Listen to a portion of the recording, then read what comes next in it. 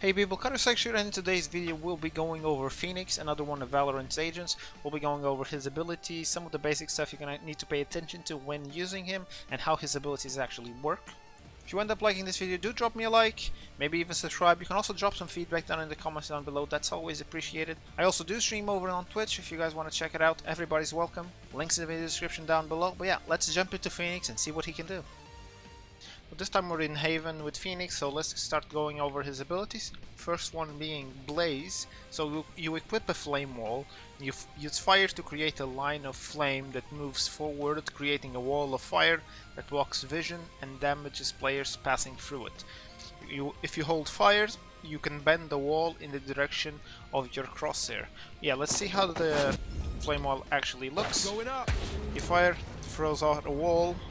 Doesn't last for that long, and as the ability said, if you hold the mouse you can actually curve the wall like so. This way we blocked everything but the door. When should you actually bend the wall instead of throwing it straight? Well, it kind of depends on the situation. For example, if you want to block the left side of A in Haven, you use it here, you block the whole left side up until the garage. Of course, the window is still open, but you can actually block the whole side. But in other ways, if you're actually coming from this side, if you throw it straight here, you're risking getting shot at by possibly a peeking enemy. So, if you stand a bit further back and you turn the wall, you can actually block the right side while keeping this side clear so you don't get blinded by the wall, because the wall when you're crossing actually blinds you, and before your body gets out of the fire before you can clearly see. So enemies will actually see you first before you actually see them. That's why you don't really want to cross the firewall instead, but if you are gonna cross it, just go for it. Don't go too slow, because if you go slowly, they'll see your weapon and you'll get shot. Another thing that you need to keep in mind when using the flame wall is if you stand too close to a corner and you use it, you actually do leave open this little gap on the fire, which you can use to peek, but enemies can actually also see you starting to run through the area, and if they lead, they can actually kill you through the fire. So you need to keep that in mind when you're actually throwing the wall. Okay, now let's jump into another scenario with two different points of view.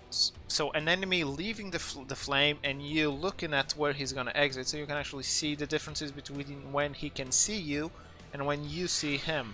And we'll be also taking a look at the damage that it does to enemies, but do keep in mind that this wall also damages friendlies.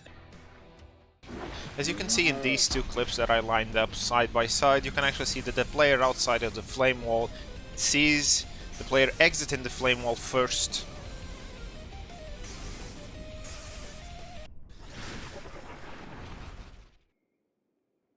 While the wall does enough damage to actually kill an enemy, it shouldn't really be used this way because it's really easy to avoid this damage. Okay, now let's take a look at other ability called Curveball Skew. So you equip a flare orb that takes curving path and detonates shortly after throwing. You use fire to curve the flare orb to the left, detonating and blinding any player who sees the orb. And you use alternate fire to curve the flare orb to the right. So left, right. It's about 2.5 seconds, just like Breach's blind. But in this case you actually need to get closer to a corner and throw it out before peeking. You can also throw it through the top of boxes, like so. Okay, you do need to get the distance right, because if you're too far away from the corner, this can happen, and you don't want that to happen. That's bad, especially if you end up blinding your team before going in. So communication is actually really important with blind, so you don't accidentally blind your teammates when they're peeking and you're blinding everyone, and that's really not helpful. So be careful with the blinds, because it can help, and sometimes you might end up leading to a friendly death if you blind them at the wrong position. So hot hands, you equip a fireball, you fire to throw a fireball that explodes after a set amount of time or upon hitting the ground, creating a lingering fire zone that damages enemies. But it also damages friendlies as well as heal you. I'll be going over the heal in just a bit. So there's two types of throws you can do with this. There's a longer throw, and then there's a shorter throw. With the main fire you do the long throw, with the alternate fire you do the shorter throw. There's really not that much difference between the two, because as soon as it touches the ground it does explode. The main difference is you don't have to move your mouse down from the ground back up, because if you do it, for example here, you already have the mouse up high. But there's really not that much difference. It also bounces off walls.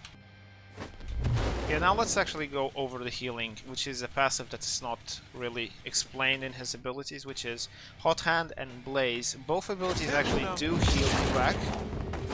This is Hot Hands. Now if you stand out of it, Wall can also ends up healing you, so these two abilities can also be used as a defensive tool.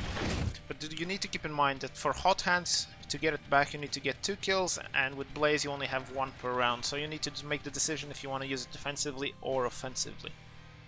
Like I said, while they heal you, they do friendly fire to your teammates, and only your fires heal you. Even if the other team has another Phoenix, it doesn't count, you do take damage from that, and Brimstone's mollies. Now let's take a look at how much healing both abilities actually do, with Hot Hands and Blaze doing the same amount of healing, which is 3 health per tick, with Blaze doing more healing over time because of the duration.